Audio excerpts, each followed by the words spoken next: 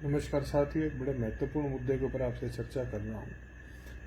पिछले सीईटी की तरह अब की बार भी सीईटी जैसे ही शुरू हुआ है, ऐसे ही इस प्रकार के ग्रुप्स सोशल मीडिया के ऊपर और हर जगह पे एक्टिव हो गए हैं, जो हाई कोर्ट में केस करने के नाम के 500, 600, 700, 800 रुपये तक जो है लेने का काम कर रहे हैं। मैं आपसे गुजारिश करता हूं, कृपया करके किसी भी अनवेरिफाइड सोर्स को, किसी भी अनवेरिफाइड व्यक्ति को इस प्रकार से फीस देने का काम ना करें। पहली बात जो है, सोशल मीडिया के ऊपर जो चीज़ें चलती हैं, हर चीज़ को आप सही और सुरक्षित ना मानें।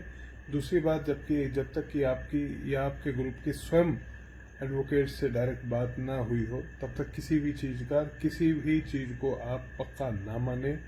आपको ध्यान होगा, पिछले साल भी इस प्रकार की ठगी बहुत ज्यादा हुई थी। 2024 में भी इस प्रकार की ठगी हुई थी, जो 2023 में भी ठगी ऐसी हुई थी। 2024 में तो बाकायदा एफआईआर भी हुई थी, और उस एफआईआर के बाद में बड़ा एक बवाल खड़ा हुआ था कि भी एडवोकेट के नाम की फीस ले ली, एडवोकेट को नहीं दी और बंदे गायब हो गए, अंडरग्राउंड हो गए। इस प्रकार की चीजें होती हैं।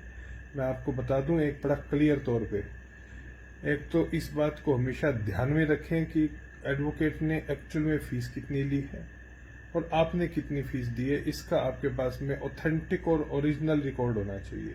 दूसरी बात, हमेशा ट्राई करें, यदि आपने किसी एडवोकेट को एंगेज किया है, आपका अधिकार है बिल्कुल, या तो एडवोकेट ने किसी को ऑथराइज किया हो आप अपने बिहाफ पे फीस इकट्ठा करने के लिए, या फिर एडवोकेट को डायरेक्ट फीस दी जाए।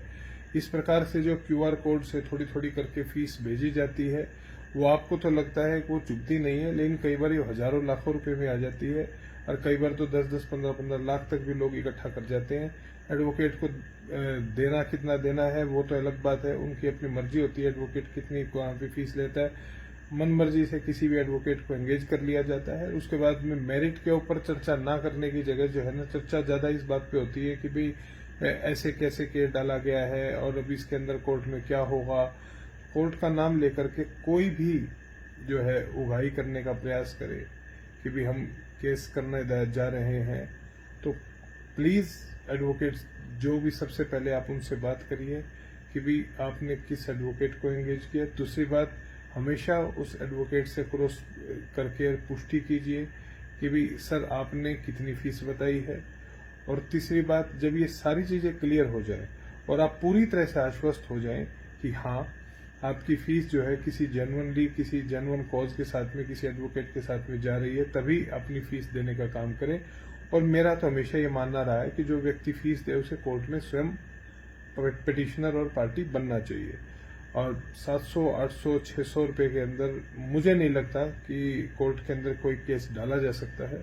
तो ऐसे में अधिकतर आपसे पैसों की उगाही तो की जा रही है, वो पैसा एडवोकेट तक पहुंच रहा है या नहीं पहुंच रहा है, इसके बारे में कोई भी जिम्मेदारी नहीं लेता है। तो प्लीज मैं आपको आगाह करना चाहता था। 2-3 दिन पहले जो है इस प्रकार के मैसेज मेरे हिसाब से कमीशन के द्वारा भी, चेयरमैन साहब के द्वारा भी दिया गया है।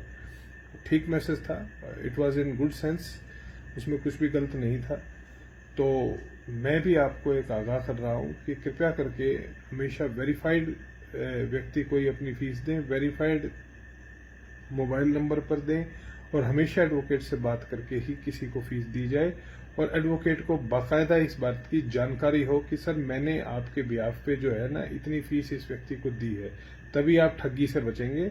वरना ये ठगी फिर होने जा रही है जो 2023 में हुई, वही ठगी जो 2024 में हुई। बहुत बहुत धन्यवाद।